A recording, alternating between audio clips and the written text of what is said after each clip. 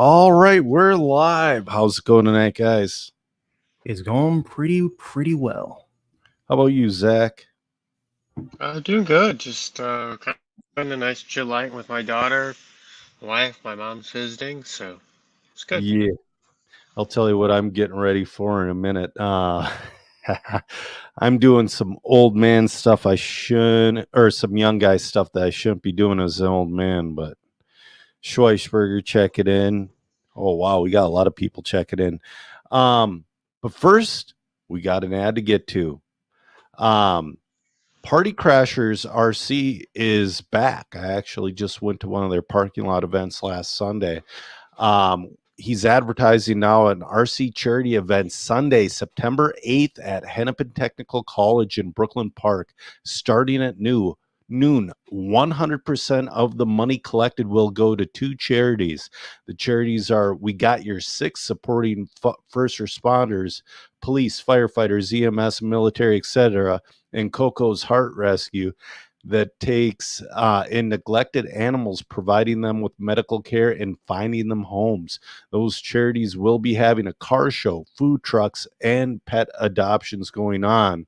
We will be doing, they're going to be doing everything off-road. They're going to be having the parking lot races, which we have been doing.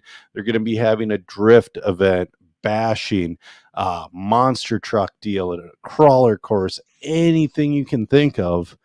It's good. The RC track is going to be your, RC track, A and B transponders and all that stuff. They're still working out a lot of details, but stay tuned to the Party Crashers RC Facebook. And again, September 8th at Hennepin Technical College in Brooklyn Park. I went to this event last year, and that's what kind of got me going on parking lot racing again. Before that, I hadn't been to a parking lot race since 1998. And then it's like, oh, wait, this is just fun. It's not serious. You go out there with a piece of junk and go have fun. That's before I was born. Yeah, man. I've been racing since 1988. Yeah, so since before Zach was born. Mm-hmm. Yeah, I was 6 years old when I started. So anyways, guys, for our audience who is with us, and Cade is sharing it on his channel, with us is Roach RC. Do you use your first name? It doesn't matter to me. You can call me Roach or Cade. Yeah. It was interesting how you got your RC name. But first off, what got you into RC? I have to ask everybody, because RC is such a niche hobby and sport. Well, there were two ways. It was sort of from two different angles. My dad grew up in like the 60s and 70s, and he wanted to do slot car racing when he was younger. Mm-hmm. But money is money. So, and for me, it was, I wanted to do drift racing because I saw a drift RC video on YouTube one time. Yeah. I'm like, I want to do that. So we looked for a couple of different tracks. Like we looked for a couple slot car tracks, but there were none to be found, at least not here in Georgia. But we did find a RC track called Hotshot RC that I went to, and it was an on-road and off-road track. And I tried drifting my HPI Sprint 2 drift there. Okay. You had the Sprint 2. It didn't work very well. So I put some that's the Sprint 2. The Sprint 2 is how a lot of people got into on-road racing. Yep. They'd start novice, and then they would get a competitive touring car. Yep. And I ran that. I put some grip tires on it, and eventually my dad bought me an X-Ray T3 and a couple of batteries, and a motor and stuff like that. And at that point, it was just what I loved. I loved doing it. This is back in like 2013, by the way. Yeah. So the T3 at that point was still up to date. The T4 had just come out, but he had got the T3, and he was just selling it. He was like, "Hey, you want to get into it? Sure, I'll do it." Well, that's the thing with X-Ray too. It's like when the new shiny one comes out, I remember I got a T2007, sold my T206 for pennies on the dollar, and that same dude whooped my butt with my old car with the same setup. It's like, huh. Sounds like a skill issue. Yeah, well, it was back then. Skill and anger. Back then. Now I'm very efficient at being average. All right. I could say the same thing, honestly. Yeah. Donald saying he loves his X-Ray T4. X-Ray X4? Yeah, X4. Oh, X4. Yeah, he's got a T4. Joe doesn't have his glasses on. I don't. I haven't yet to activate Windows, so I couldn't see it. And I've been doing a lot of Muay Thai lately. Oh, right. Really? With the head kicks. Oh, that. Yeah. Lots of jiu-jitsu. You know, one of your listeners is wondering what are the thoughts on the ET10 or ET4 10.2. And then I can't pronounce his name. It's Amin. I'm going to call him. Amin? Okay.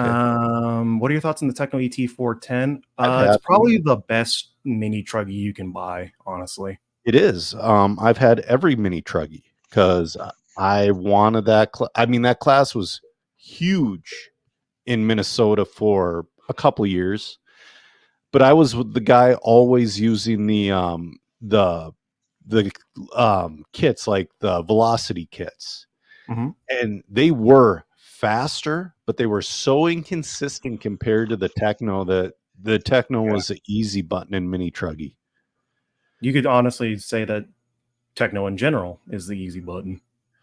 I can say that they definitely have the best truggy right now. Yeah, absolutely. The buggy is competitive. You know, I don't have the hate for Technos. I tried getting into Techno back when they were still having growing pains. I still have a EB 48.3. I'm gonna just give to a kid one day. I dislike that car so much. Which one? I'm sorry. I was looking at chat. The EB 48.3. Oh, so that. yeah. I got a couple people who still run that, and I'm like, why? Yeah, exactly. You know, I'm gonna probably bring it to that race with the Tekin Gen 2 ESC, that parking lot race, and find a kid in the crowd and just give it to him. Be like, here, make it run. Make it work. Yeah. So what made you get interested in doing a YouTube channel? Well, again, it goes back to my dad, and he was like, look, you enjoy doing this, you enjoy sorry, I'm looking at chat because it's going off, but it is. but I looked at other YouTubers and mainly other RC YouTubers. And you ever watch regular car reviews? Yes, all the time. I think I may sound strong, but story was similar to that, and how he looked at other car reviews of people with bad audio quality, bad like angles and stuff like that, and all that, and just that's your regular RC review. Twisted. Sorry. Brown. Brown. But yeah, that I looked at that and I thought, I can do better than that. Yeah. And initially I didn't, because my audio was bad, but I had good music. Right. Or at least different music compared to what other people usually put in. Right. I had a buddy do an intro for me that I no longer use because it no longer applies, because we're a couple co-hosts from the old intro. But, you know, that also, having a personalized intro helps things out a lot. I have to have him do another one. Who do you have do your intros? Brad Sandvig, Brad the Made Man Sandvig. You can find him on SoundCloud. He was on DRC when he still raced, and, you know, had your average family issues, getting a divorce, all that crap. So he kind of had to drop out. Yeah, he had a lot of stuff going on. But holy crap, that guy, the way his mind works with electronics, like incredible. yeah, like have you ever had a sensor board? Like I don't know if the proper word is balanced, but I think the Aligned. rotor or stator would be aligned. balanced. Yeah, aligned. He would sit there with the soldering iron and screw with the sensor board, and it would be a million times better when he was done with it. And I'm like, how do you even know how to do this? He's like, trial and error. yeah. So we RC Roach for president. Oh man. Oh no. No, that's not gonna work. Oh yeah. So since you've been racing, so it sounds like you might have because we were talking before this and you said you got racing again in 2019. So did you take a break? I took a long break because, well, to be honest, there were some stuff going on between my parents. Yeah. And just stuff happens. So they weren't able to like ferry me to a bunch of different tracks, like that were all like an hour or so away on the weekends. Sure. So I took a long break from like 2015 to like 2019. But once I graduated from high school and I got my own car, I was able to go to that. There's a small RC track. You can see it in some of my older videos. Yeah. Of a green AstroTurf indoor track called AJC Speedway. Yep. And they had a B62 that I was able to trade a lot of my old RC stuff for. Cool. And I got that, and I was back into it again. And once they eventually closed down, which is unfortunate, I was able to get to a point where I could go to these other races around, like from Loganville RC Complex, the Barn RC Raceway, Hobbytown Columbus down in Columbus, Georgia, and just other places in general to where I could go race. And I didn't need as much. I didn't need as much support.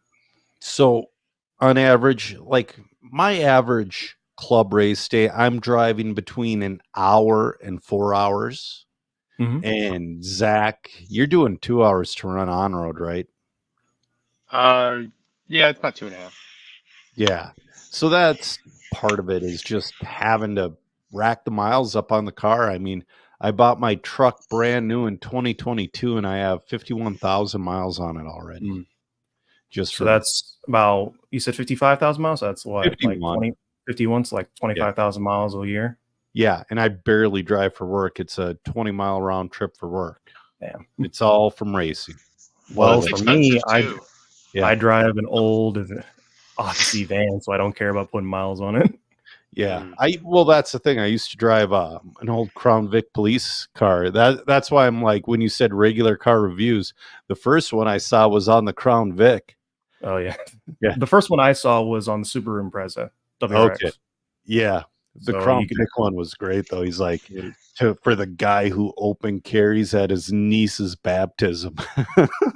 That's.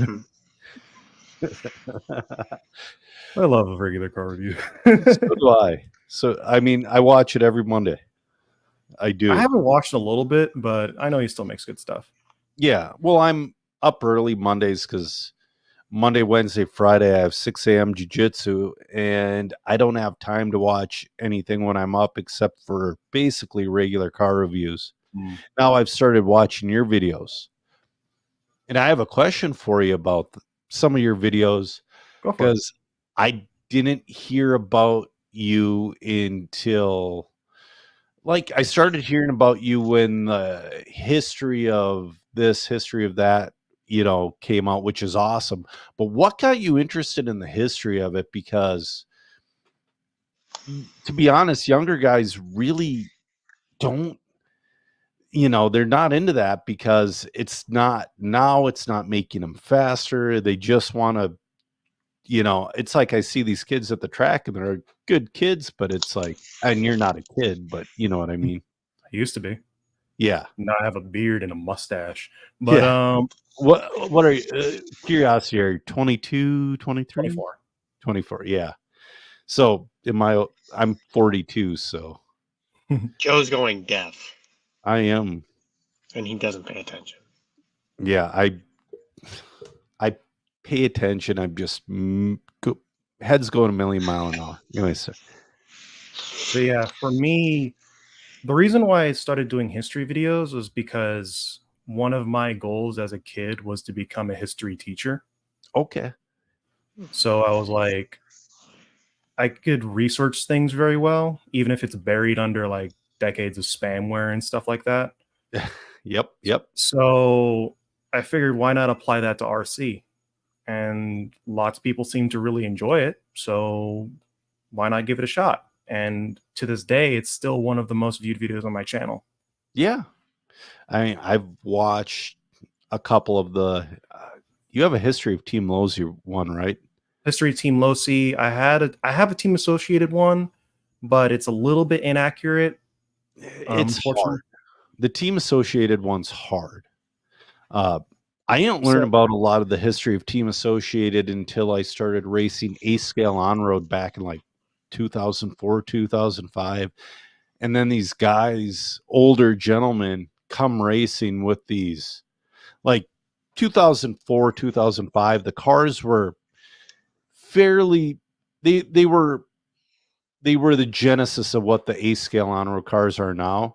Mm-hmm. And then these older gentlemen come with these fiberglass cars with giant donuts, stained yellow rims, that type thing. I'm like, what is that? They're like, you don't know what this is. This is a Team Associated. I'm like, a what?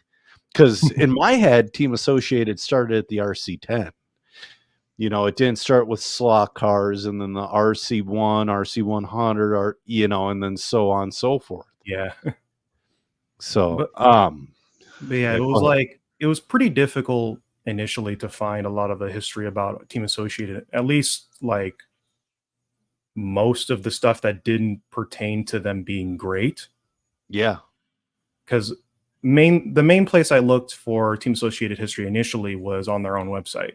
Sure. And of course, they don't want to list stuff that wasn't good for them, I guess you could say. Like, for example, I think it was 1997 when Brian Kinwald won the IFMAR Worlds in a low C. Actually, was it 1997 or was it 1990? No, it was 97. Yep. Because, well, what was funny was he won 93 or 94, and the second they released the World's car with the Kinwald paint, Kinwald signed with Losi. It's like, holy crap. Yeah, and they don't list that. They didn't list that they was 97 at 97 at the ranch. Okay. Yeah. Thank you, James. I appreciate it. That's one of my frequent watchers. I really appreciate him. But they didn't, all they listed was that all of their cars were in the main. They didn't list that they lost. So I had assumed initially that they got a podium, but I was wrong. Yep. So that year, go ahead. Sorry. So I'm working, and I remember those cars from that year, and it's like Losi. There's always a pendulum swing between Losi and Associated, and I went whichever the way the wind blew. 97 to 2000, like from when Team Associated went from the B2 to pretty close to the B4 era, that was more of a Team Losi dominating era. And plus they had a killer team. Yeah. They were on top of the world. Yeah, absolutely. But yeah, like the Losi video I did, I corrected myself. I corrected a lot of things actually in that one. But right now I'm working with RC Racing TV with a couple more history videos with them. Okay. And I'll actually be 100% accurate, but I'll only be focusing on the RC10 really. Gotcha. Because there's so much history to a lot of these companies. If you really want to go deep, start digging into the Formula One car, the Team Associated. I forget the company name. And I had my eye on one of these cars. As 1996, Team Associated paired up with a German company for an on-road Formula One car that was super successful, but still failed because it was a small country in a niche class. Mm-hmm. So, Yeah, that's when you go deep. I can't remember the company name. I wish I could. It's not listed, like, unless you really know your stuff. I bet James Elliott knows, because James Elliott seems to know his 90s. He does. Yeah. He's always out here. He's always out here. Yeah.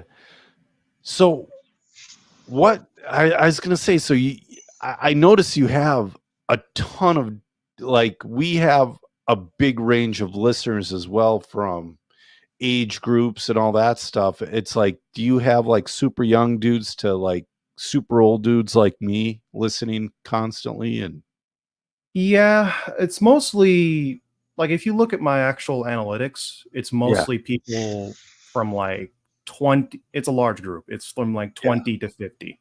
yep, same here. But what's really That's most of our scene. interesting, that's most of our C, but what's really interesting is where all these people are. Because only Yeah, half of my audience is from the United States. Only half. yep. I got So a lot what's of your people from big country? the UK specifically. Okay. The UK, some people from Israel, Yep. some people from, I think it was New Zealand, Australia, most English speaking countries in general. Germany is another big one, Portugal, Spain, most of Western Europe, and oddly, damn it, Ian. Oddly, what's this called? Saudi Arabia was another weird one. Yeah. When we first started this, we had a lot of listeners in the Middle East in the early 2010s. Our big country now is Malaysia and Sweden. That's another one for me as well. Sweden. Yeah.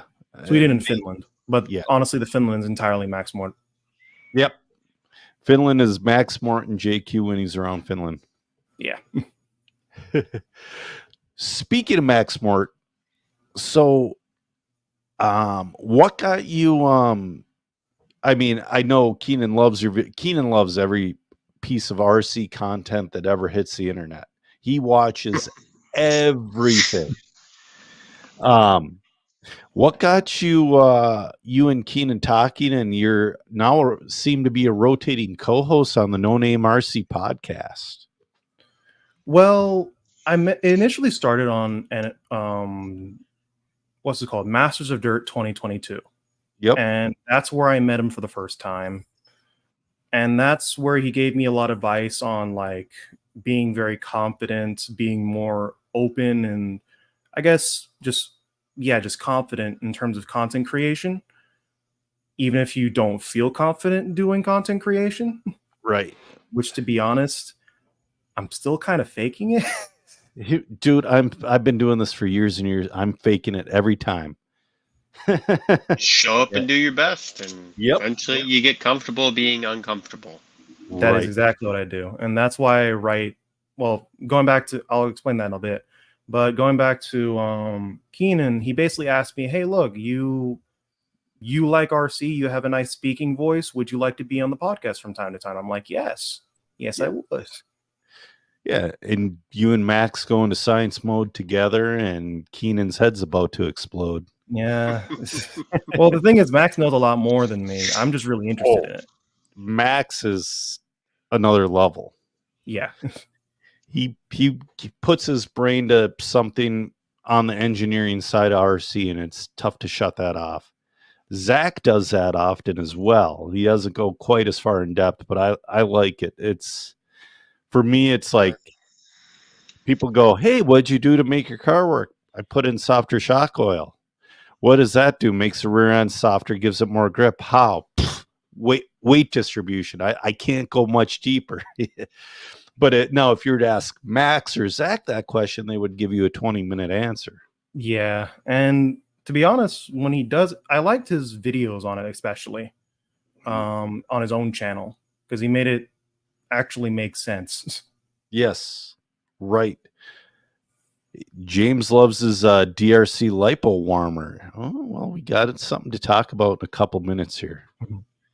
Because I'm almost out of questions, but not quite. So where's your favorite place to race on the East Coast, and what genre is your favorite to race? My favorite genre racing is 10 scale off-road because it's just that's what I grew up doing, basically. Yep. I always have a soft spot for on-road because that's what I started with. Yeah. But I think my favorite place to race on the East Coast would have to be, for now, it's probably Beach RC. How far are you from beach? I'm about 6 hours away. That's almost club racing distance. Almost club racing distance, but they only do it on Wednesdays. Oh. Wednesday nights. What's your favorite part about Beach RC that makes it your favorite track over any of the other ones?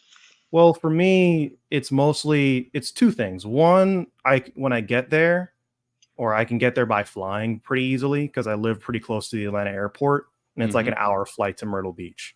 Nice. For like $150. So I'm like, that's so worth not driving. I know, and it's cheaper. Well, if you plan it ahead enough, it's cheaper. But also all the times that I've went there, it's always been like a larger race, so the atmosphere was really good too. Cool. Have you? Go ahead. Go ahead. I was gonna say, have you done the You've done the Masters of Dirt, right? Yes, that's where I met Keenan. So, did you run the stock or the mod side? Because don't they do a stock Masters and a mod Masters? I ran basically the equivalent to Sportsman mod. Okay. So, which is like open two-wheel drive. There's open two-wheel drive, and then there's mod two-wheel drive. Gotcha. And initially, I ran stock because I thought stock was the beginner class. I was wrong. I was very wrong. It's weird in off-road. There's not like you have to have like a 21.5 buggy as the beginner class. Sometimes they have like a slash class as well. Yeah. But to race something like that, and if not, like maybe a stadium truck or a short course. But like even at like Hoosier, like sometimes they don't have 21.5 buggy.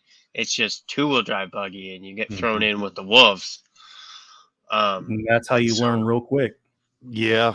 That's because the place I run at Loganville RC Complex, one of the main drivers there is two of them. One of them's Aiden Ridgway.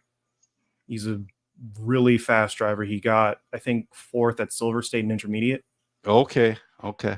And Dusty Loden, who's like another really fast. He runs for Sparko. And he got, I think, at Wicked Weekend, he won 40 plus. Okay, nice. Yeah.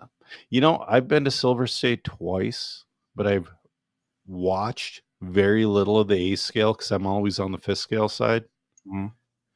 And it's like, it's like, hey, my truck's working great. I'm going to go help out Matt. And then I end up doing like an entire day of qualifying behind the microphone. And it's like, shit. There goes my whole weekend. Speaking of which, one of the things that I think the thing that I spend the most time when it comes to videos is probably writing the script for it. It's a long process because the last video I did on, let me double check, actually, it was, I'm bringing it up. It was like last week, wasn't it? Or was it earlier this week? It was earlier this week. Yeah, the underrated brands, that was 5 pages long. Yeah, absolutely. I think the longest one I've done was 24. I do not have that. I mean, you've seen my chicken scratch notes that I sent you before the interview, and it's like that between podcasts, that's all I write, like 2 or 3 word notes, and we try to build on that. Well, the main reason why I write, I'm sorry, go ahead. Go ahead. No. Sorry, I keep interrupting you, so I'm sorry. No, you're fine. That's a tough thing about a podcast. Yeah. But yeah, basically the main reason why I write the scripts in general is because I trip over my words a lot when I'm improving. Yeah. So I have a reference of how I write, how I speak. So I have a reference point of how I'm going to speak and what I'm going to say. It's not always exactly the same, but it's pretty close. Yeah. I mean, I used to, for fun, I used to act. Like my buddies and I, when we were like 17, we used to have a public access show, short films in like film festivals, stuff like that. Mm-hmm. If I had to do a script word for word, it wasn't happening at all. I needed bullet points, and like if I worked with my group, they understood and they're fine. If I worked with a different group, they get so pissed because, as you know, as somebody writes scripts, so much time and effort goes into every sentence. Mm-hmm. It is nuts. What other hobbies and interests do you have? It's over there. You can't see it if you're listening to I this. can see it. But if you're listening to this, I'm pointing at my Xbox. And I'm recording this on my gaming PC.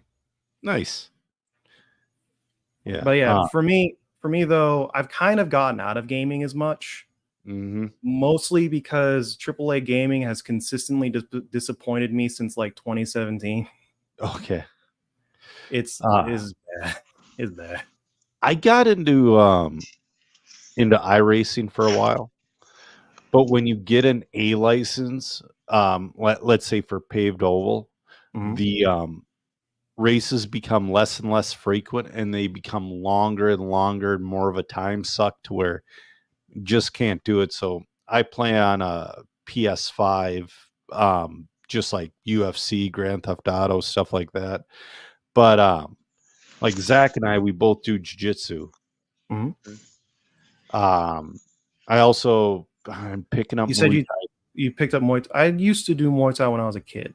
It's so much fun. So it is a lot of fun, but I got hurt bad. Yeah, you get hurt. Keep those hands up. Check leg kicks. I didn't do that. Yeah. So I used to be a big gamer too, but it's so much of a time suck that it's especially if you're playing like MMOs like Warframe or Destiny 2. Most of these days I just play indie games because I have a lot more fun with them. Zach, have you picked up the stick since you've had a kid? What stick? It's a name for controllers. I stopped gaming a long time ago. I just don't. So I have a kind of an addictive personality, so I got to pick and choose what I do. Right. And I was addicted to World of Warcraft for a while. Oh. Yeah. So that game it was a big problem. So I only allowed myself to play outdated games. So I played Titanfall for a little bit on the Xbox, and then Titanfall 1 or Titanfall 2? Both. So when Titanfall 1 kind of fell away a couple years after Titanfall 2 was launched, and I switched over to Titanfall 2, and I played that until the DNS server, attacks, and just kind of was like, I don't have time for this anymore, so I just stopped. I miss Titanfall 2. It was a pretty good game. Yeah, I like 1 better. So what I was saying before this podcast, you probably heard it on the last episode. So I got cranked really hard in the head with an A-scale buggy right in the temple, full speed. I shouldn't have been standing there. It's one of those situations. And I'm like, that's harder than I've ever been punched, kicked, kneed, elbowed, whatever. I'm like, I'm going to start doing Muay Thai again.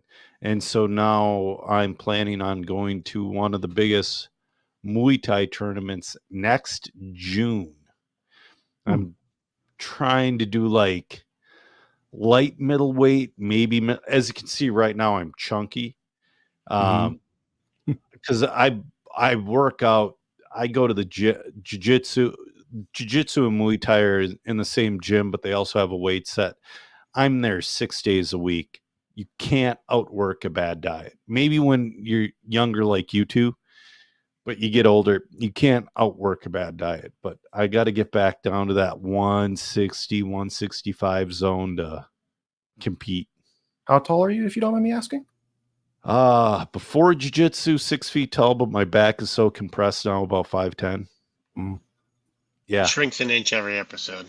Nah, I can get in if I spend time on my decompression table, I can get an inch and a half back. But that's time I just don't like. I for some dumb reason, not dumb reason, but I bought a drone last Saturday. So right before this episode, I was out flying it. Why? I don't. Maybe content for my TikTok channel. I don't know why I bought it. I just had the freaking want to buy a drone. It was an impulse buy. It was, but it's fun. But that's one more thing. It's like put it on the pile. Mm-hmm. You know, tomorrow it's. Go ahead. I said I just bought a Truggy, so I know how you feel. Oh yeah, I have a Truggy as well. Nitro or electric? Electric, because nitro makes me itch.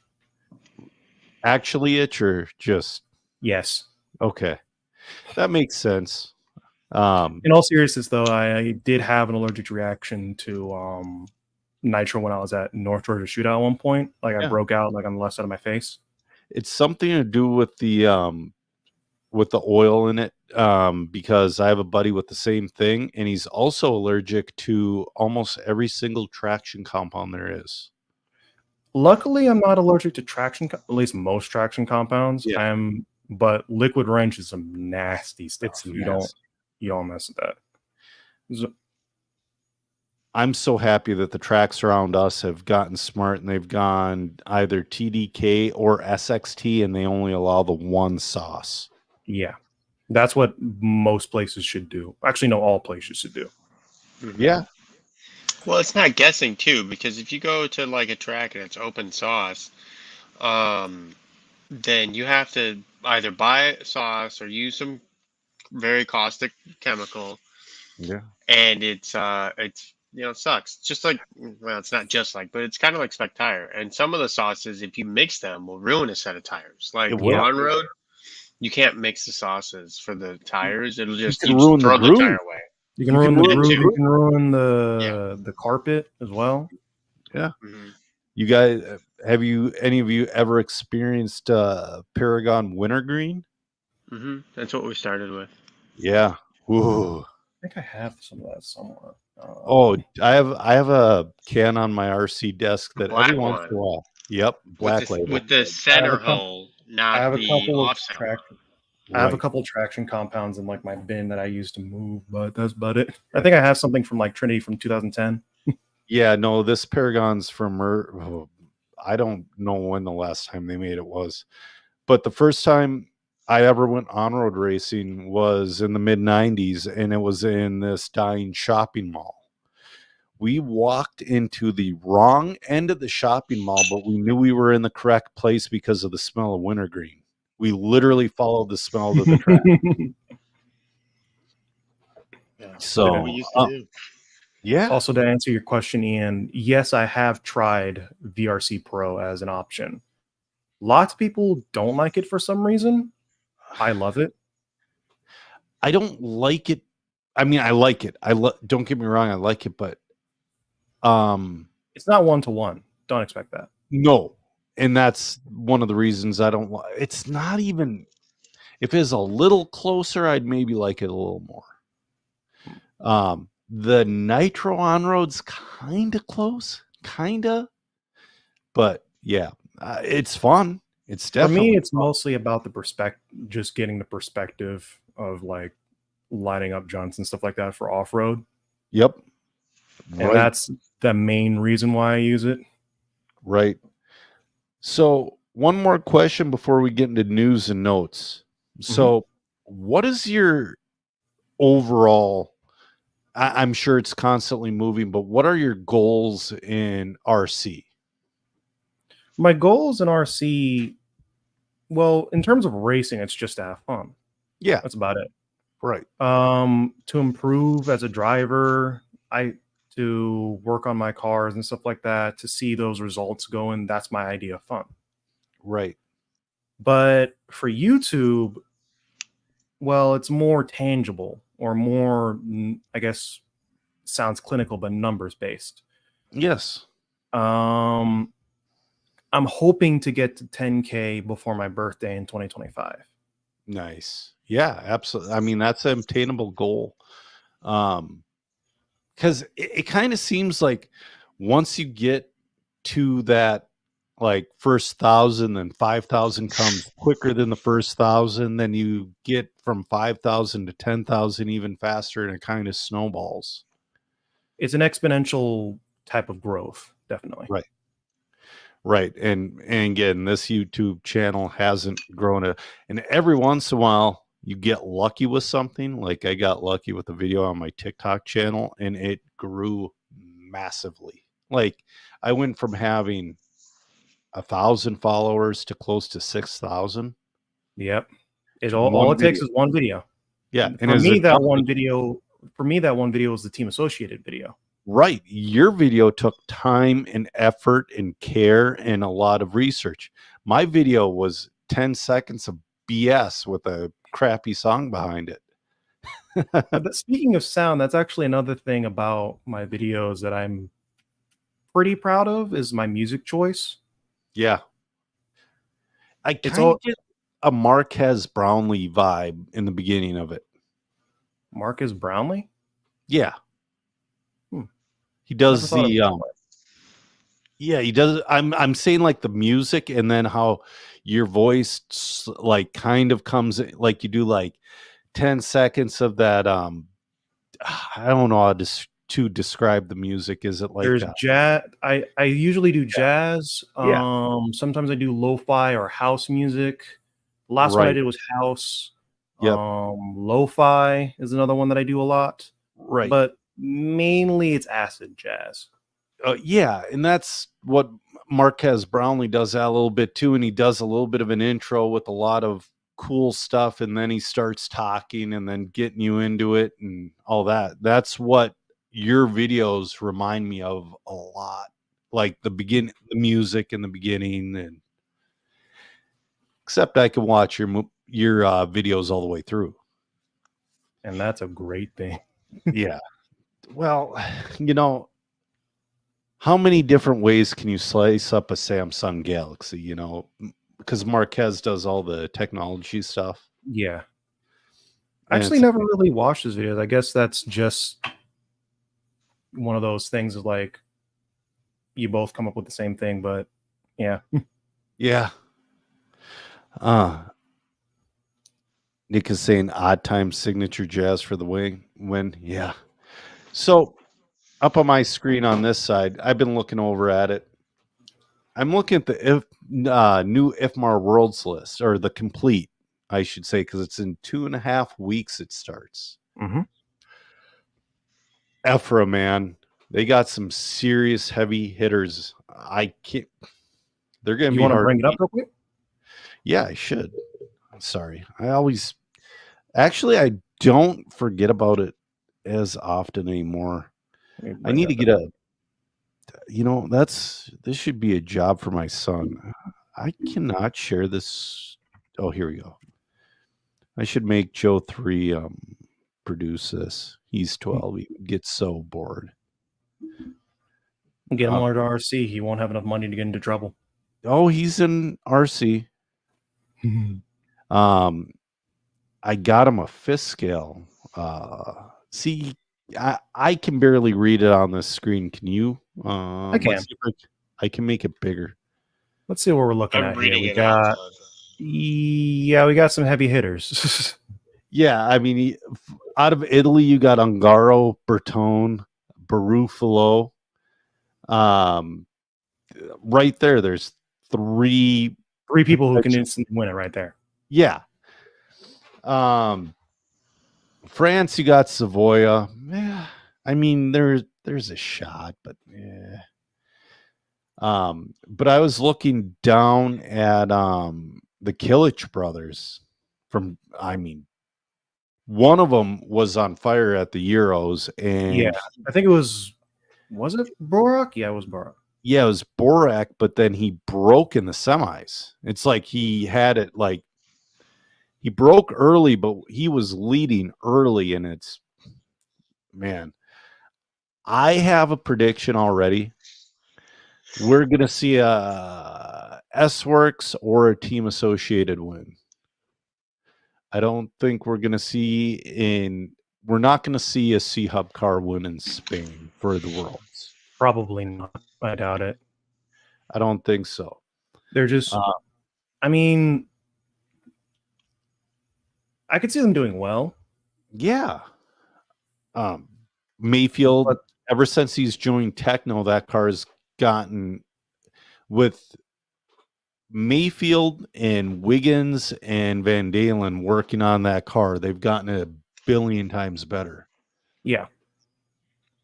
Nobody works harder than Wiggins. Yeah. I think one of the cars I see doing pretty well there. Well, like you said, S works already, but I could see a Kyosho doing well. For us, yeah. So I have not driven an MP10. I used to have an MP9, a TKI4, and I know the new MP10 is fairly different, but it's in the same vein. It's a little bit lighter, mostly due to the fact that we're on saddle packs instead of regular stick packs. Oh yeah, but this is nitro. But, nitro? Oh yeah, right. Yeah, duh, sorry. Yeah. But other than that, yeah, mostly the same. Yeah, I think it'll do well. It will definitely be in the finals with Lutz. I see Lutz making the finals. I don't know if it's going to win. I doubt it'll win. I'm just thinking it's going to do well. Yeah, absolutely. It's going to do well. Another reason why it's going to do well is because Lutz is still on AKA tires. Yep. AKA won the last time it was in Spain and the last Worlds, but AKA has two or three world championships. Yeah. They have plenty of good rubber choices for tracks like these. Right. I mean, if you look at the Euros, it's going to be the same grip type as the Euros, even though, Italy to Spain, but it's going to be the same grip type. And there was nothing left of JCC's tires. He was down to the foams. Man had no grip anymore. I couldn't imagine. Also, if you look, I wonder if he's actually going. Is it Fuller, Lutz, Fenn? Okay, doesn't look like it. David Olson, Caden, South Brandon, Ryan Mayfield, Ryan Cavalieri. I think he's down there somewhere, but I remember my friend of mine, Ryan Daze.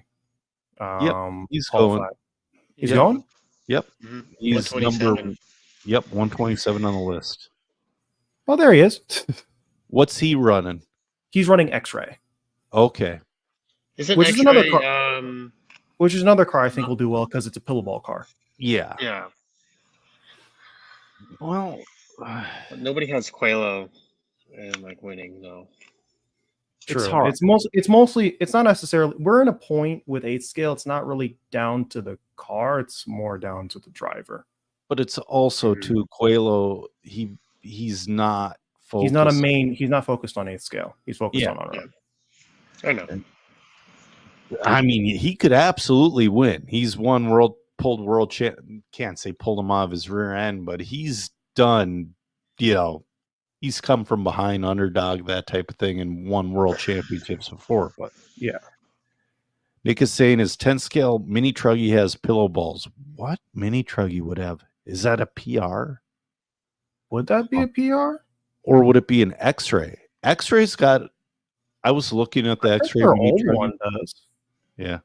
I was looking at the X-ray mini truggy a few years back when I was still in a mini truggy, and they came out with their newest one that was like $600 or $700, and it's like absolutely not. Why would I do that when I can buy Techno?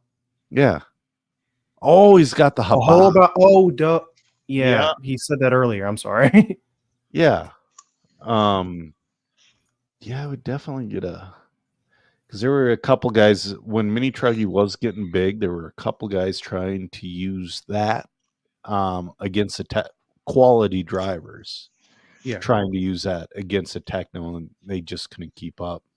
I also remember, if you remember, you remember Ultimate RC back in like 2010? Yes. He did a Stampede 4x4 mini truggy at one of the races at Old NorCal. Yeah, actually won. Nice. Yeah, back then though. Back then it was possible. Yes. No, just more from Efron the Spain side was with JCC. I mean, JCC. I think There's he's a lot of drivers from Spain. I think he's just about everybody's favorite. Yeah, I'd say honestly, JCC is probably the highest likely, in my opinion, to win right now. Yeah. I don't know. Oh, we got one from Finland. Yona. Oh, yep. Yeah. There's a bunch from Finland. It's just previous. I just missed him. Mm-hmm. Got it. Because you got JQ on there. Oh man. Oh man. So in 2026, I want to go to the Worlds when they're in the US just to go and watch. Where are they going to be again? Don't know yet. The track has not been awarded. Oh yeah, they're gonna announce it at this World, right? Yes.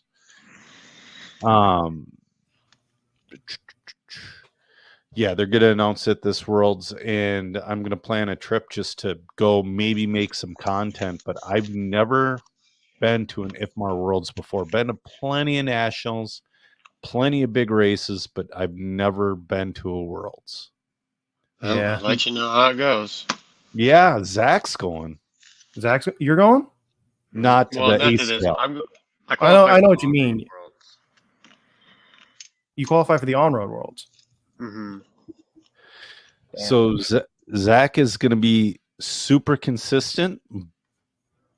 And I'm not very fast.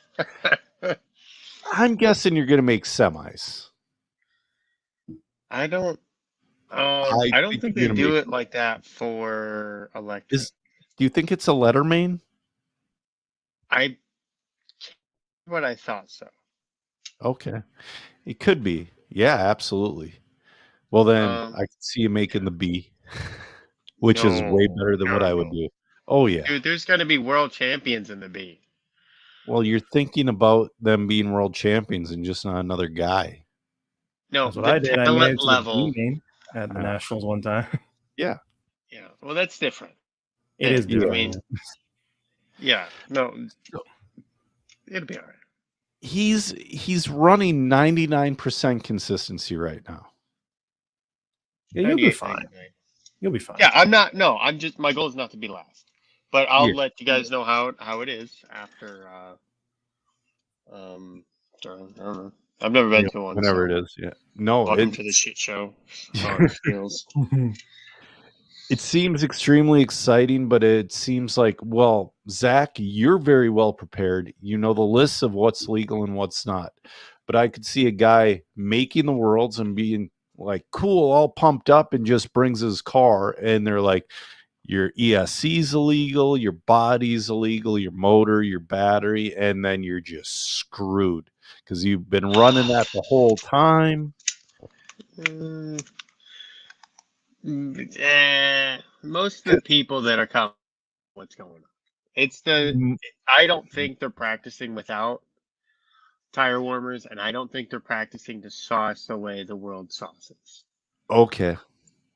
Just like how people weren't practicing with AKA tires back in 2023 with Alfa Road.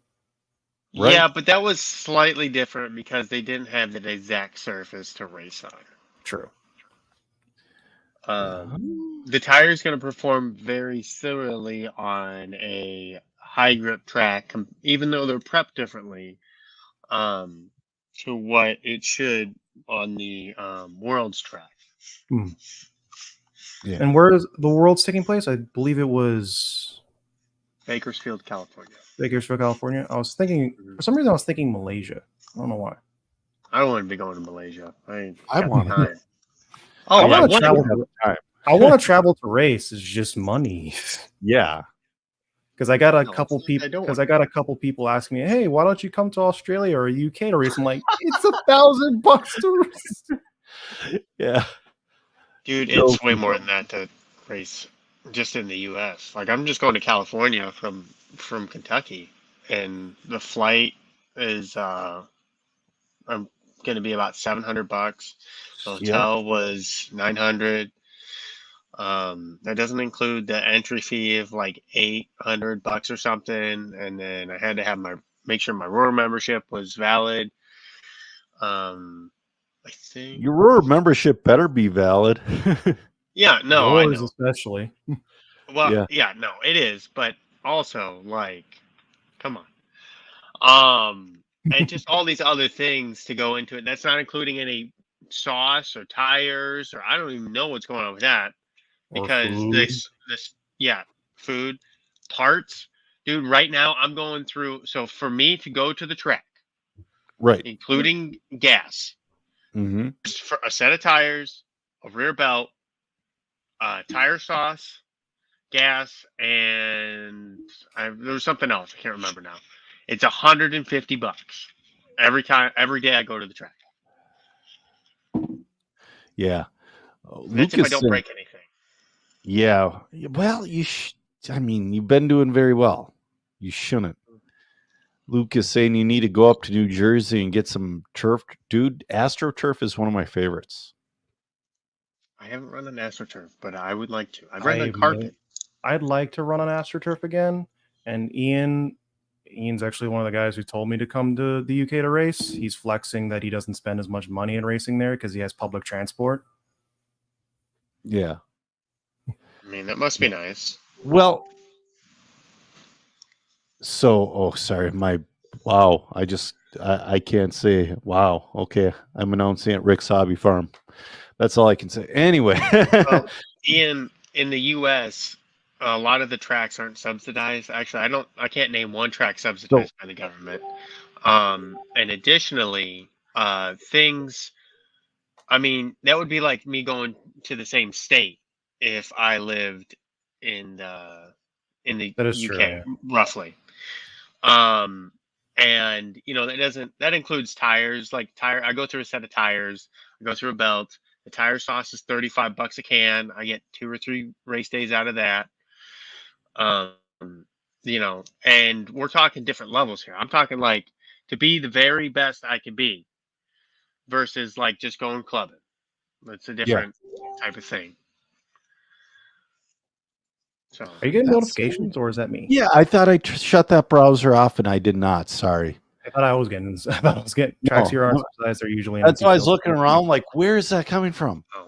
See, we can't. Yeah, the way they usually do it in the UK is they'll rent out either like a field or a gym or something like that. They'll put down the carpet track for the weekend and pull it up all by Monday. Yeah, it's semi-permanent, and we do a lot of that in Minnesota as well. See, I know there was a lot of in Europe and in Asia that are subsidized. I just don't know exactly where, or if it has changed recently, because I haven't done any research recently. Technically, Phil Hurd is, I think, or at least allowed by the government or local government. I could take a train to events. It just takes forever. I am 20 miles away from an Amtrak station. Mm-hmm. It just takes way freaking too long to take a bus or a train, anywhere. Yeah, it's yeah. I used to live in New York, so.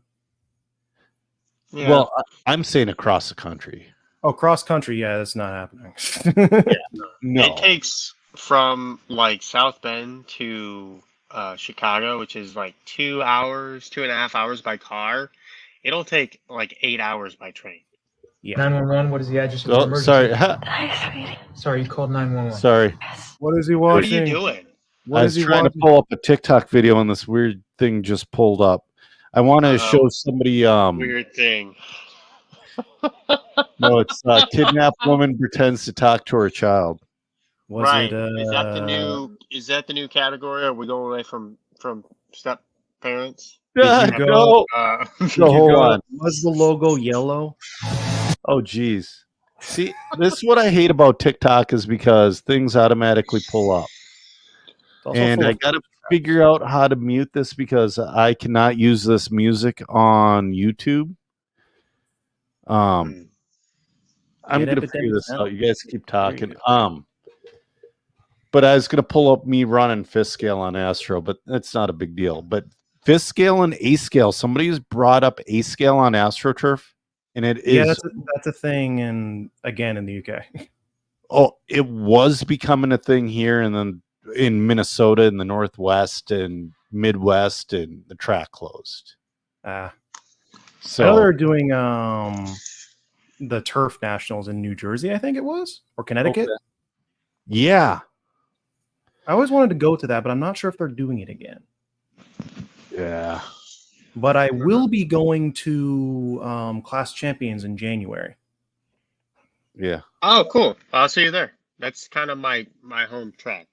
It's your home track? Yeah. Do you know Talon Henley and Talon and Eddie and Angie? Yeah. The man humbled me at Masters of Dirt. Yep. They're cool guys. He humbled me at my home track, too. Talon. Zach's trying to get me to come down. So Talon took my buggy, which he helped me set up and all that stuff. And I drive okay. Like, I'm like, on dirt, I'm not very good. I'm okay. Like, I do okay. Mm-hmm. This man went, and he had some more time on the layout than Dakota did, but he went the same speed as Dakota the first pack out with this car. And I'm over here 2.5 seconds a lap slower. I'm like, I see what you're doing. I don't know how to do it. Yeah. The kid is so fast. It's ridiculous. Man is built different. His hands are built different. Yeah. He's been doing it for a long time. I've watched him grow up, literally. Like, he used to be like this tall. Now he's like... Well, and his dad owns a track that helps. When I was at my best, I was able to go to the track 4 days a week, than real life, and that doesn't happen anymore. Yeah. Well, right now, that's his real life. That's what he's doing. He just graduated high school. Yep. Talon's really good on clay. He struggles on any other surface, like at the Nationals. He, I think, made the B main. Carpet is so much more. It's easy to be kind of okay. Like, it's easier to be efficient on carpet than it is clay, but it's harder to be fast, if that makes sense. You really got to pick your lines. You got to pick your lines. Corner speed is you don't even see where you're losing the corner speed. You just know you're 0.7 of a second a lap slower than 0.7 here, another 1/10 there. Yeah. And suddenly you're a second slower lap. And it's like, right. Where did I lose that time? Right. I know. That's how it is in on-road. Yeah. And I guess that's why a lot of people don't do on-road in Georgia anymore. Well, on-road did it to itself. Yeah. So that's the whole. I mean, we could have this conversation, but it essentially did it to themselves. Yeah. Speaking of on-road, there is one of Minnesota's big on-road races coming up in December. The dates were announced. I probably race directing that one as well. It's called the Christmas Classic at Dollar Hobbies. It's coming. Oh, right. Yeah. Zach, you're familiar with that one, aren't you? Yeah, Jeff tried to get me to go. You don't like Minnesota. That's all. It's 6 hours. No, it's longer than that. It's way longer. 6 hours to Beach RC for me. It's 12 hours for you, Zach. It's okay. I'm sorry. It's 6 hours if I lived in South Bend. My bad. December 5th through the 8th, Dollar Hobbies. Check it out. It was a blast last year. It's going to be better this year. Yeah. That was my first look at modern mod touring car, and it was unreal. With who'd you get to watch drive? Brian Bussy. Yeah. Yeah. I love racing against Brian. It's always a good battle. Holy shit. It's just watching him. It's like he drove that as easy as most guys drove their 25.5 around the track. He makes it look that way. He made it look that easy. Mm-hmm. He's good, man. Easy. He comes to so I love racing with Brian at kind of my home on-road track. Yeah. Or carpet at least at so it's the lower level. They moved to Michigan now. It's in southern Michigan. And my buddy Phil owns it from Discount RC Store. Give him a shout out for all your Schumacher goodies. Yep. I bought a lot of my Schumacher stuff. Phil's awesome, dude. So he's moved the track to a bigger building, and I'm excited to go race there now because when he took over the track while I was in Indiana, he expanded it another 20 feet. So it was 36 by 60, and then he did 36 by 80. Yep. And now the new track is going to be 90 by 40, which is about the same size as Snowbirds. So I'm really looking forward to running some Mod TC on there, especially after coming back from running on these really big tracks at Worlds. And I'm going to Texas as well. See, that's the thing I miss about. So when I got into on-road, we were on a 4-roll deep track, but it was 75 feet, so it was 75 by 48. And then the early 2000s, I got used to running on it was a 5-roll deep track, and it was 120 feet long. It was unbelievable running. It was like 120 by 60 foot. Oh man, yeah. I big boy track. I mean, nothing has compared because I mean, like, okay, Dollar Hobbies are, I forget the size of the track, but it's your average on-road size track. You're sub 10-second lap all day. I like that 13 to 16 second lap time. You know, way more places to gain time, way more places to lose time. You actually get to race other drivers instead of staying on the grind of the track. Yeah. That's what I like about bigger tracks. It depends on what level you're at, because like right now, it's like I'm racing against myself. Like if I lose race, it's because I lost the race, and that's on a almost a 17-second lap. Yeah, but that's all of us too, though. I mean, I've had some dumb fifth scale this summer. I've had some dumb things happen that I've done to myself. So, Zach, this is your section. What's new at DRC this week? Because you're always doing something. I wasn't ready for this. I was. You just posted something today, bruh. Well, hold on. I was gonna do something, but it's not ready yet. So that's why I'm not ready for it. Yeah, we always post something. Right. So you come up with some money, and we'll do that. But no, so we talked about it last podcast 2 weeks ago. A little less, but the pre-order for the titanium 48 pitch pinions has come out. So you can see them on many of the DRC drivers' cars that are going fast and off-road. Yep. And you will find them some sample pinions on my car when they're done, 64 pitch. And the cool thing about the titanium ones, they're super round, very true, if you will. They have a wide contact patch for those people that value not stripping their spur gear. That does mean they weigh slightly more than a really thin one. So I don't know how the really thin ones compare to the really thick ones, because I've only run the thick ones. Because they weren't doing the thin pinions when I was running stock. And in mine, I'm not trying it. I don't need that. Like, you don't need to strip gears.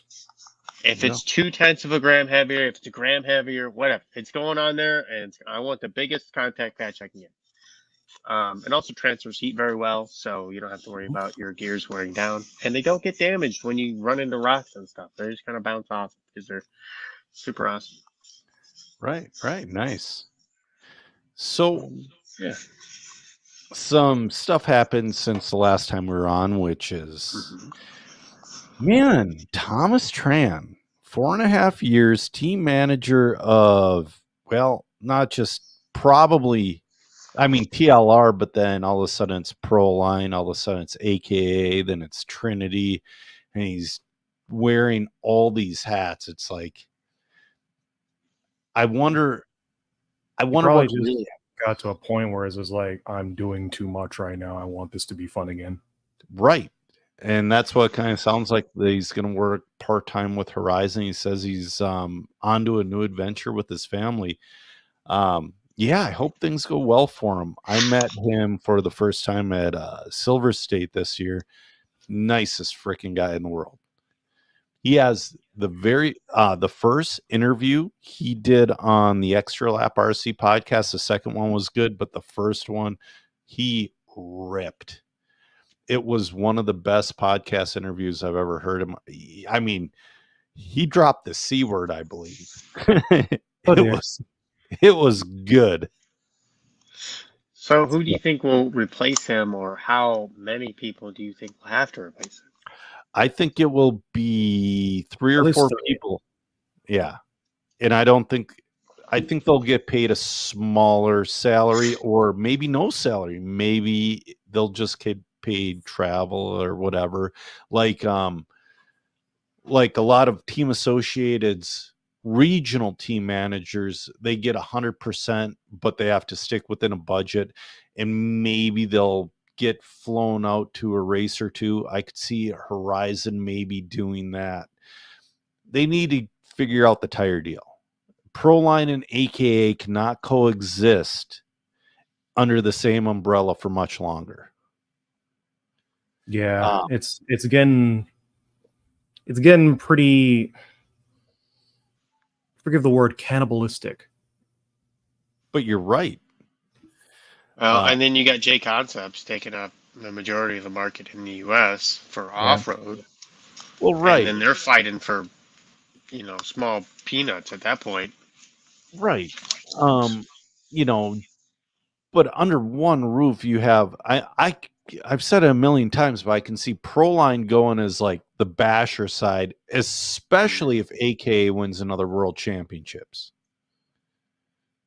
More than likely, yeah. I could see that. I could definitely see that happening. The only thing Austin's checking in. Sorry. Oh, hello. Sorry. Austin's one of the local Minnesota guys. He is not racing this summer because he's racing full scale cars this summer. Sorry. Anyways. But yeah, I can see Proline going just full basher, because I don't really understand Horizon sometimes. Like, why would you buy a racing brand and then buy another racing brand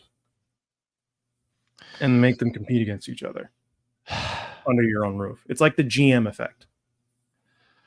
Well, like Pontiac and Cadillac.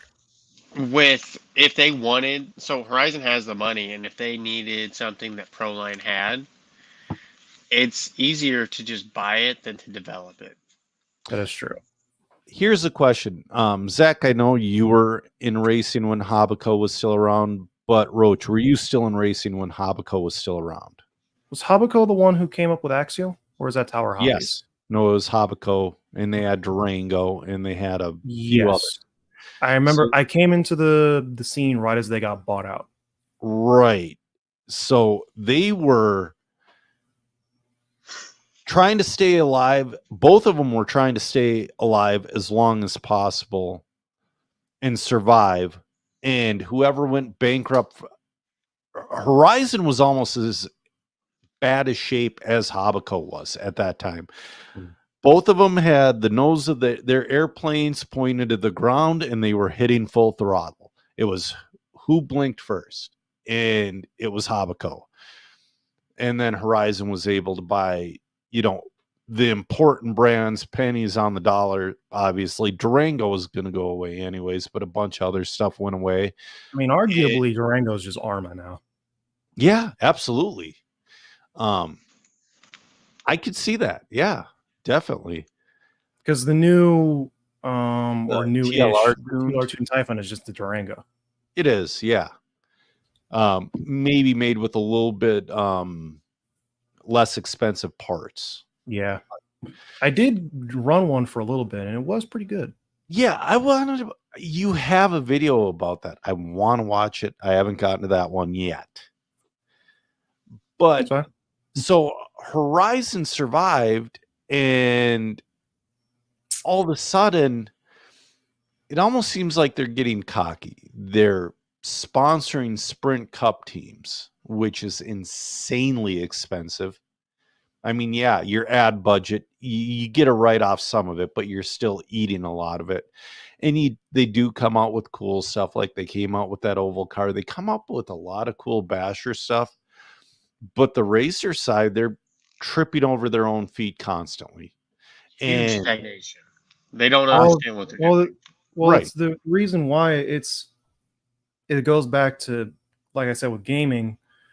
Companies like that don't really know, like, okay, for example, it's a compounding effect. When you don't put money into something, like, for example, racing is not going to make money. And because it's not going to make money, it's not going to please the investors. And because it doesn't please the investors, they're not going to put money into it. And it just goes over and over and over again. Right. It's not true, well, it doesn't make as much money as the bashing stuff. But, and again, though, 99% of people at Horizon don't understand the racing side. Yeah. Yeah. Well, we can see that when they bought Trinity, sat on their hands, got caught with their pants down, and then came out with a terrible motor.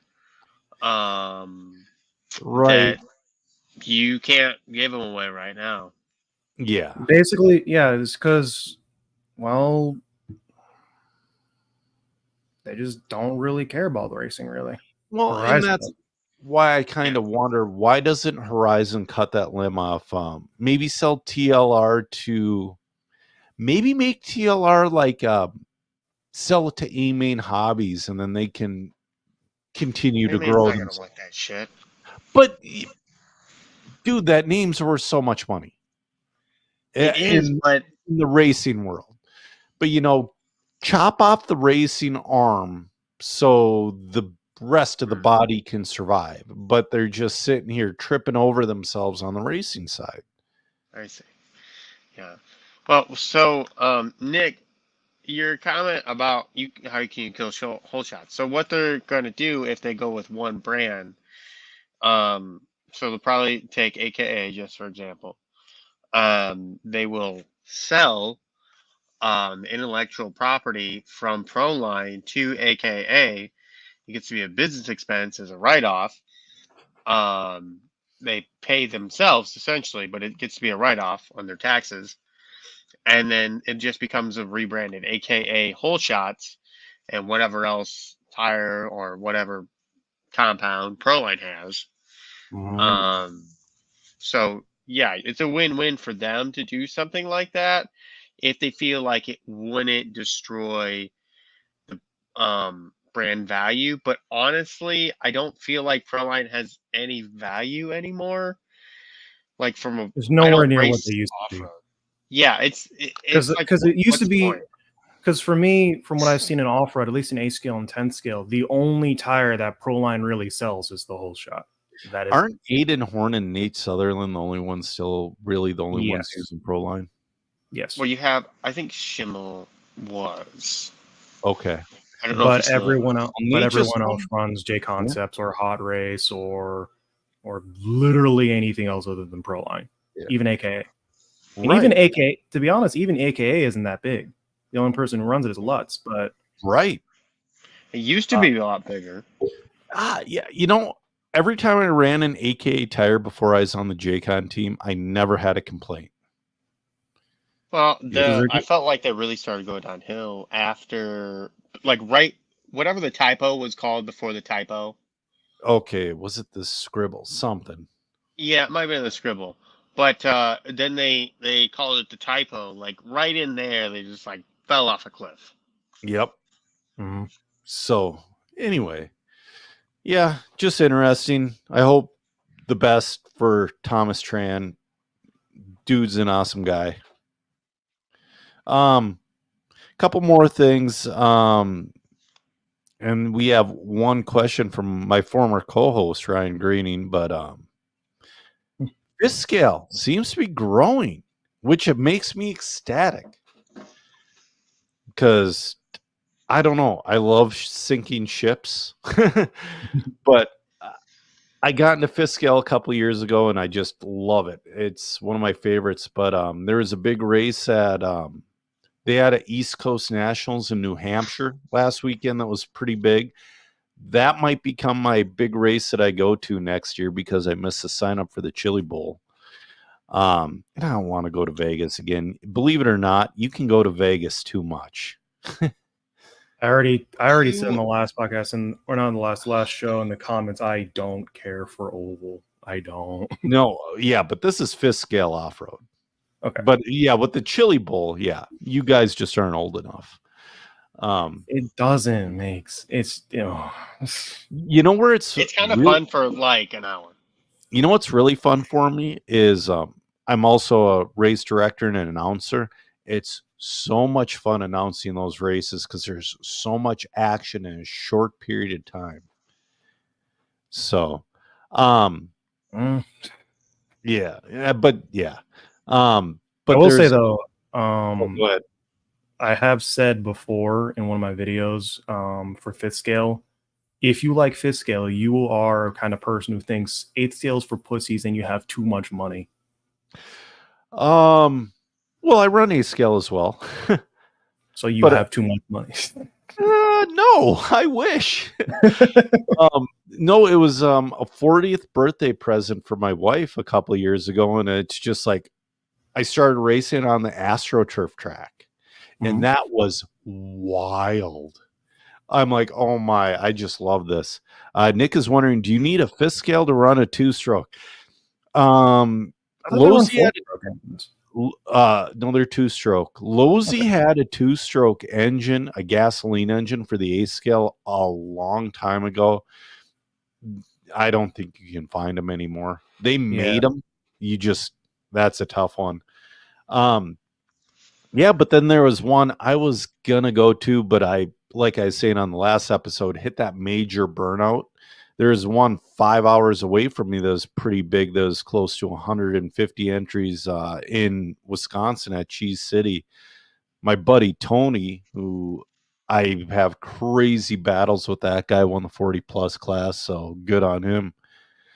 I don't think he ran regular, or if he did, he didn't make the A main, which would be weird because his 40 plus main time was plenty fast. I don't think he ran regular. Two things. One, I understand Austin. We can't all like nice things. Austin loves oval like more than me, but Austin's younger too.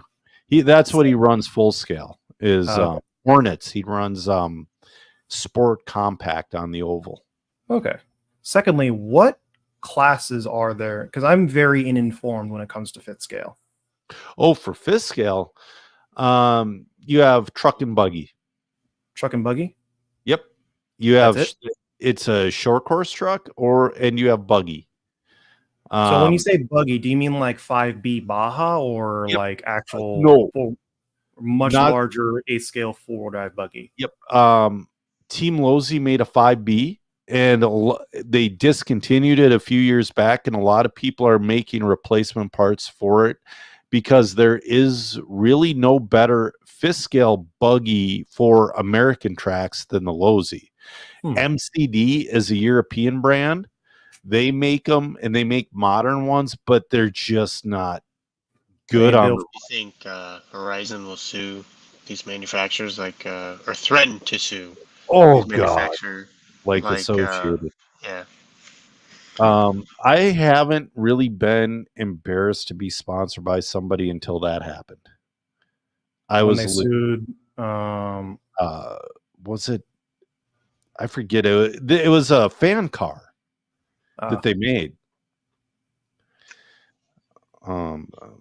Lozy. I should spell it right. I am.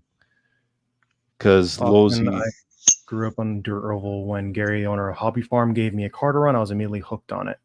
Yep.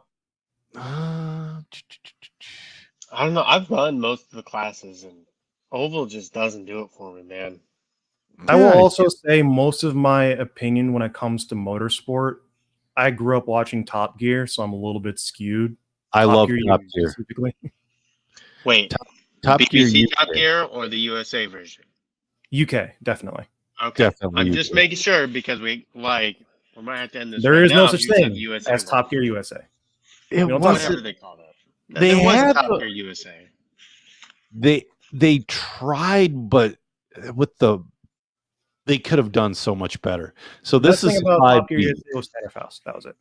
Yeah. This is the 5B. It's discontinued, but as you can see, it's an ace scale with the 2-stroke motor in it. It's just like it's based off of the original 8. Except for this servo situation is effing dumb. This servo situation just is terrible. Let me bring it up real quick. Is it not up? No, it's not up. I'll bring it up. Oh, shoot. I hit the... Oh, okay, come on. I'm not going to try. Let's see. Hold on. Yeah, I almost have it. I'm trying to find it on just Google so I can just find a picture of it. Well, you got to spell 5 with a 5. Mm-hmm. There we go. All right. So this whole steering servo thing it's stupid. What is that? Well, they do dual servos. A lot of people like them in the 5th scale, but you lay them normally and you have a push-pull scenario. But this is terrible. It's the dumbest crap ever. But a lot of people change that to the 5T steering. Mm-hmm. But yeah, I mean, it's based on the Lozy 8. It's a simple buggy. It's a buggy and it works. It works well. And same with the truck. The truck is based off of the Truggy, but it's got a short course body. Also, Austin, the only people who spend $2K on carpet buggies are fools. Yeah. Yeah. So the most I ever spent on a carpet buggy was my B64, and I put $250 of hop-ups in it, and that was ridiculous, but it was one of the best frickin'... It's hard to beat the B64 on carpet. The end. Hard to beat the B64 in general. Yeah. I also don't like the B7 very much, I'll be honest. It seems to be a very good clay car. I have not. It's a very good AstroTurf car. It is honestly, my honest opinion, it's not a very good carpet car, at least yet. For me, it's more just like I think there are better buggies out there than the B7 for 10 scale. Yep. But everyone buys a B7 anyway because it's Team Associated. Yep. Nick waiting for the 7.1. Me as well. Well, they have that new option part they just released for it on this. Like adjustable KPI spindles. Yeah. A lot of guys are taking the KPI front end and putting them on the B64, and they say it's phenomenal. I have not tried it. Yeah. Oh, the 2-year-old. Huh? What was that? The 3-gear R1 transmission? No, talking about the KPI front end. A lot of guys are putting that KPI front end on the B64s, and they say it's phenomenal. I honestly would have just stuck with the B64. Honestly, I'm just be brutally honest here. Yeah. Well, you get them for like $100, so yeah, that too. Jacob's wondering. I wonder if the B7.1 will have a shorter chassis. It's got to. It has to. They went way too long. Neil Craig always says the longer chassis might feel better and it might feel more consistent, but it will never be faster than a short standard chassis. Never. And you got to listen to Neil Craig. I mean, he's one of the best drivers in the world still, and he's like 40. And he's been doing it longer than I've been alive. Yeah, he's been doing it as long as I have. I mean, seriously. I've almost been doing it longer than you've been alive, so it's not a lot. Yeah. It's ain't a lot. Yeah. So I got a couple more things. Oh crap, it's getting late, guys. Yeah, but we got to right. wrap this up here soon. All right. Zach, in less than a couple minutes, can you explain the gravity motor ban from Roar that put people in an uproar? Yeah, so it was a giant misunderstanding. Yeah, it was just a big misunderstanding. So I haven't talked to Paul, but I talked to Clayton. Paul would be the owner of Gravity RC. Yep. Clayton is our president. So the rule was that they were getting rid of motors that hadn't been resubmitted on the list to just clean up the list and general stuff like that. The motor, I guess, is older than 4 years, and it didn't get put on the list, and it was just one of those things supposed to have an extension, and it didn't. I don't know, paperwork error, something. Anyway, so nobody wanted to talk to each other, sounded like, so Paul didn't call Clayton, and I know Clayton's got a lot of shit on his plate, but the technical director, I would think would be the person to talk to about this. Yep. And it's his first year as a technical director, so mistakes are going to happen. But nonetheless, instead of Paul reaching, or whoever's running Paul's social media page, I don't know who it is, reaching out to Roar and asking what's going on with this, he made a post on social media, and he was pissed, or whoever was pissed off, and I'm sure I would be in that situation too, but I don't think that was the right way to handle it. And then all the post got taken down by Paul, or I'm sorry, Gravity. And then all of the haters in the comments that were like, fuck Roar, who, by the way, don't do anything to better this hobby. They just fucking bitch and moan. And you can talk to me trackside if you want to talk about that. I'd be happy to have that conversation, just for anybody out there. And so, that's pretty much what happened. Bunch of people were bitching and moaning. Nothing's changed. It was just a big misunderstanding. Yeah. RC Mask Master is making me laugh. He's saying, who's ran out of talent? I got some spare. Yeah, I need any help. I've seen you drive RC Mask Master. You don't have it.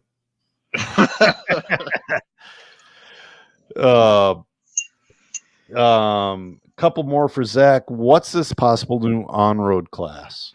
So out of Norcar, there is a like an LMP body, and I think they're using a open 21.5 motor or 25.5. I don't remember. When you say LMP1, do you mean like Le Mans style prototype?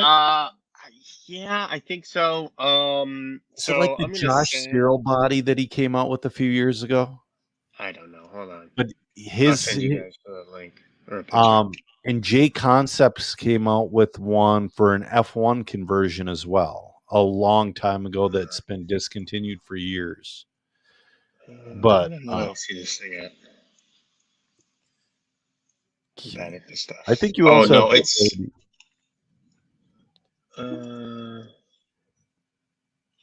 so that would be, no, you're fine. I've been hearing something about that. I just don't know who makes the bodies. What tires are they using? Are they spec tires? They're going to use a touring car tire instead of the gravity tire, because apparently everybody hates the gravity tire. Okay. The belt USGT tire, not the. Oh, I don't do that. I'm not very good with computers, so I'm working on a picture here. So what are you trying to bring up? This right here. You hit share screen and you hit allow. Or present and then allow. Okay, present. No, I don't want to share Discord. Screen. I'm probably going to get banned. Yeah. Well, that's the thing. Like, I want to like throw TikTok videos up here, but it all has copywritten music on it, and you know that like 2 beats goes on YouTube and you're done. A lot of my old videos got copyright claimed as well. Yeah. Uh-oh. Oh wait, Can you here guys see this? I see. Let me bring it up. I think I have to add it to the stage. There we go. Yeah. Okay. Oh, This thing right here in the front. I like it. I like that fin. Dude, that's pretty rad. I could see that becoming a new class. Well, especially based on looks alone, too. So what needs to happen is the governing body. So what it does. So that's good. So I think that VTA and USGT should become one class, honestly. But and I know people are going to hate on that, but I think they could be about the same speed if they all go to the same tire. Right. Which is the whole thing. But anyway, so this whatever class, if it becomes a class, keep it the same rules. Don't change rules. Don't allow companies manufacturers to ruin the class. Like, this is what we're going to do for the foreseeable future. And then if that becomes inevitable, like, you know, when HPI went out of business for the VTA tires. Oh, yeah. Yeah, I don't know. And when Novak went out of business for the VTA motor, just 2 examples of like a super spec class that was very competitive for a long time. And then they opened it up, and now it's just it's a touring car with different rule, like, and that's what it is anyway. But now it's not a beginner anything. It's you have people that are very skilled running VTA because they want to run another touring car class. Right. And it's good to do with last year's touring car. You know, when VTA first came out, I always wanted the rule to be put into place that the chassis you use must be 4 years or older. But everybody's like, no, I want to use this. Like, when VTA started out, we were using Serpent S400s when Serpent S400s were new. We definitely shit all over the idea of that class. Because I also more mini classes or Tamiya classes. Right. Yeah. You know, one of these days I want to the Hobbyplex in Omaha, they hold one of those Tamiya rounds. I want to go to one once. They seem like a blast. They have like all the way from like super spec, like Euro truck and TTO2 classes to your super big modified whatever classes. So honestly, I think there's a lot of I did one of my videos on this a little bit ago. It was what's this called? I believe it was the "Do You Really Need the Best" video. Yeah. And one of the rules was like, or one of the things I said was like, in classes like Euro Truck or VTA, they did things that encouraged people to modify their cars, but not too much. Right. You know, the Mini Cooper class used to be big in Minnesota, and we had strict rules. You could use the MO3 or MO5 chassis. You could use one J motor. You could use bearings. You could change the springs and the oil in the shocks, and that's all you could do. And that's all you really should be able to do. You could change the bodies as well, just to have fun. Like if you don't want to look at a Mini Cooper all day long. I had a Miata. Yeah, I wanted to get a Volkswagen GTI, but I never did. Because that's what my daughter started with, was a Mini Cooper, and I still have it actually. But yeah, not a, you know, though, my dad and I talked about this, and it's not really a great car to start. Affordability, it's a great car to start with, but a front wheel drive Tamiya with weird spec tires, it drives. It's not the best to start out. It's like starting out with short course truck and 10 scale. Yeah, it's gonna drive weird. Yeah, So But next in terms of thing, what needs affordability, to happen is easy off-road teardown, so I can even think about running on-road. So everything in the same day. We used to do that in Minnesota. That's how I actually came up with the name of a series I used to have, but they were Super Saturday Points series races, to where your off-road and your on-road counted as all in, like, you had to run both to be counted in the points. It was pretty yeah, cool. they did And that a then couple of times at Hot Shot too back in the day. yeah, and then I have one more for you, Zach. What are the updates on Roar? So that just came out, and so I'm gonna pull it up on the website here just so I say it all right. So essentially, they announced that they were gonna do some house cleaning with their motor battery list. That's finally coming out. They're finally doing the automatic membership renewals. Cool. If you're trying to sign up for an event on the Row website and you don't have an active membership, you can't sign up. And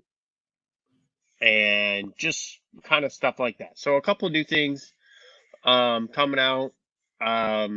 Oh, and your Roar ID number will be available right on the website when you sign Okay. in. Just a couple things that they're getting around to. These are like Just the regular base. housekeeping things. Yeah, but that should have 10 years ago. Yeah, it should have been done the whole time. And Clayton's Better late than never. dude, I agree. can't. I'm just saying, like, I'm all for Roar and I'm all for Clayton and I'm the Roar Region 5 director and I'm trying to do everything I can to promote stuff in the sport. But why did it take 10 years to do this? Like, what was happening before Clayton? Because Why were we non-racers okay with were this? running things. But the thing is, too, though, honestly, I like Clayton. I had him on here, and I'm so happy he won the presidency. But I'm like, God, what's he gonna do? He's gonna get overwhelmed, and he's just gonna shut down and do the bare minimum, which he is not. He's been working the whole time. But where I became fully on board is when Brent Densford joined the committee. Now, when Brent, who is one of the louder critics, which I, when somebody has as big of a footprint as Beach RC and he's a loud critic, it's a good thing because then things get done. Well, yeah, but you need more of those people. You need people to call you out on your shit when you're when you do it wrong, and from like a good perspective, not just some haters that are keyboard warriors. Yeah. It's easy to complain. It's harder to find a solution. Yeah, and they've been working, but it's like trying to turn a gigantic oil tanker in the middle of the ocean. It's going to take a long time. Mm-hmm. But they've been. It seems like every month they've been tackling like one important thing a month, which is one or two things. And that's what it's got to be, though. And I mean, honestly, there's just not enough people doing stuff in Roar to like make a big difference immediately. And also, there's so much stuff that's been wrong for so long that it's hard to make a noticeable impact. And then, like Cade said, like, okay, we can see it's terrible. Yes. What do we do to improve it? And then that is difficult because you That's don't where a want lot to of people shut down. Right. You don't want to put like, and something's better than nothing, but also like it can be worse. Like it still worked. It wasn't great. Yeah. Yeah. So, I think definitely moves in the right direction. I like talking about this stuff. I think that anybody that supports, whether it's a hobby for you or a sport, I think it's more of a sport than a hobby. I called it a hobby earlier because what I used to call it. Yeah. And I just think that, if you're passionate about it, I think you should do something about it instead of And if all you do is put $40 a year to put your money where your mouth is, to say, hey, I'm going to support something that's going to do better for RC, this thing I love, then that's great. Or if you want to do more, like be a regional director, or if you want to make RC videos and popularize it, or you want to come talk shit on a podcast and talk about RC, just something like to do something better, and just Don't just and consume, moan. Produce. But one thing you have to understand about Roar, Zach, and you see it more positively because you were friends with Clayton before you became a regional director yourself, and you're a regional director, so you're more in it, you're helping, you're doing things. But what you have to understand is there were so many years and so many elections with Roar to where somebody's like, yeah, I'm going to turn it around, and it turned out to be like real politics. Nothing changes. It only got worse and worse and worse. And then in the early 2010s, there was actually a guy who started, it turned out to be a giant scam. He started something to go alongside Roar to be like, F you, I'm going to compete with Roar. I'm going to get a IFMAR bid, all this. And we all believed him, and people bought memberships, and the guy disappeared. But it got that bad to where people were willing to support something else at that point. I said this earlier. Sorry. Yeah, go ahead. I said this earlier to Joe before you came on, Zach, is that there are people in the hobby right now who wouldn't go to a Roar race if it was in their backyard. And that's a very hard thing to get past a lot of people. Yeah. Which is ridiculous because we all use the rules to go racing. It is ridiculous, but it's the hater mentality. And I mean, I understand that, but also like you see these people like trying to do better, trying to, and like the least you could do is like not say something shitty, or be like, oh wow, that's cool. Like that costs absolutely nothing. It gets them more engagement and just like a little tiny something you could do. But instead you go, wow, that should have been done 10 years. Why didn't they just do it then? Well, and then people don't know how to voice their concerns properly anymore when something doesn't go right. That's one of the biggest things. Like when the Fullers had an issue at the Nationals, and Mike actually talked about it, like not calmly, but he was rightfully upset. But but then the shit show that went in on the comments section, it's like, oh my god. Well, it's valid to have an opinion, and I mean, it is what it is, though. And I think I've been doing this for 22 years now. This will be my 23rd year. You're so old. I know. And so, and my business is RC. I've been doing DRC for 9 years now. Yep. And it's a lot of work, and without people racing, I don't survive. Like my business isn't like I would do part-time DRC, but it would be custom heat shrink and maybe some cable ties and sheathing. But my mainstay is still RC. So no roast titanium opinions. I'll come up with money somehow. I'll figure it out.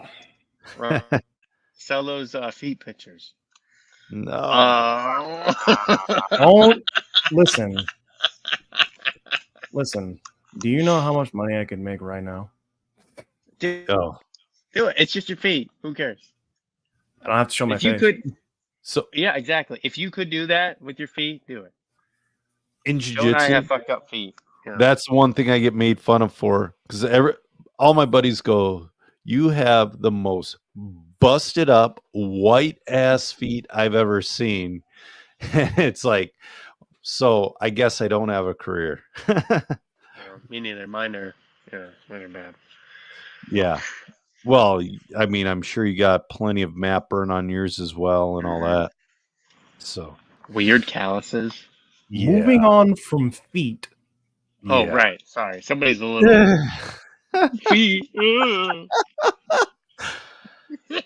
Oh man. But I gotta get going. So I do. One question from former co-host though, Ryan Greening. We all miss Ryan. I don't know if you ever listened to this podcast when Ryan was on here. He's the one who got me. He's the one who got me doing it again back in 2019. But he goes, if you haven't talked about it at length, will you be adding Lucky 13 to your list of frequent racetracks? How will it affect what you do already? Well, you guys aren't from the area. Lucky 13 is a track out in Osseo, Wisconsin that all of a sudden they went away for a few years, and all of a sudden they're back. I am excited for the oval section. If the off-road, right now the off-road track takes like hole shots and whatnot, which is cool, but it really doesn't. I mean, is it an 8 scale or 10 scale track? 10 scale. 10 I scale? don't have the time to figure out how to make a mid motor car to hook up in that scenario. Basically, when I bring a car to the track, I better be close, and I am the majority of the time. But I will be supporting the oval for sure. I'm excited for that. It's Scotty. If you need help figuring it out, you can ask a lot of the Florida guys because that's what they do. I know. I'm gonna be, or I could build an RB10 with factory team parts. You could do that too. Because I could get a rear motor car to work anywhere. It just wouldn't be fast on high grip surfaces. Who cares? You're running on outdoors.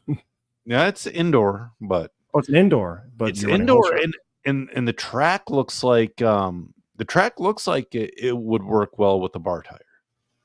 But as of now, it doesn't. It's too green. It could be too green. Hopefully they get it figured out. But either way, yeah. So is Zach out of here? Zach might be out of here. Zach might have dipped. Well, I really appreciate you coming on. I really appreciate you sharing the podcast on your YouTube channel. Helped us out a lot. If people, any amount of exposure is good. Yeah. Where can people find you? You can find me mainly on YouTube, Roach RC or not RoachRC.com. I wish I had my own website, but you can find it on. Just go to YouTube, type in Roach RC. That's in the actual, cockroach, not. And just RC, and you'll find my channel. Right on. Yeah, thanks for coming on. It was fun, and man, we went over time like we always do, so that's a good thing. Don't worry. Last time I was on NRC, it went on for 4 hours. I gotta wake up in the morning. All right, so with me has been Zach Donathan and Roach. I don't know. I've never heard him called by. That's the thing. It's like I'm RC Roach Man now. Yeah, RC Roach Man. Because I'm like, I called you Cade earlier, and you're like, don't call me. It seemed like don't call me that. So I honestly don't care either way. Yeah. So with me was Zach and Cade, and I'm Joe Zer Jr., and we have ran out of talent. Have a great night, guys. Take care.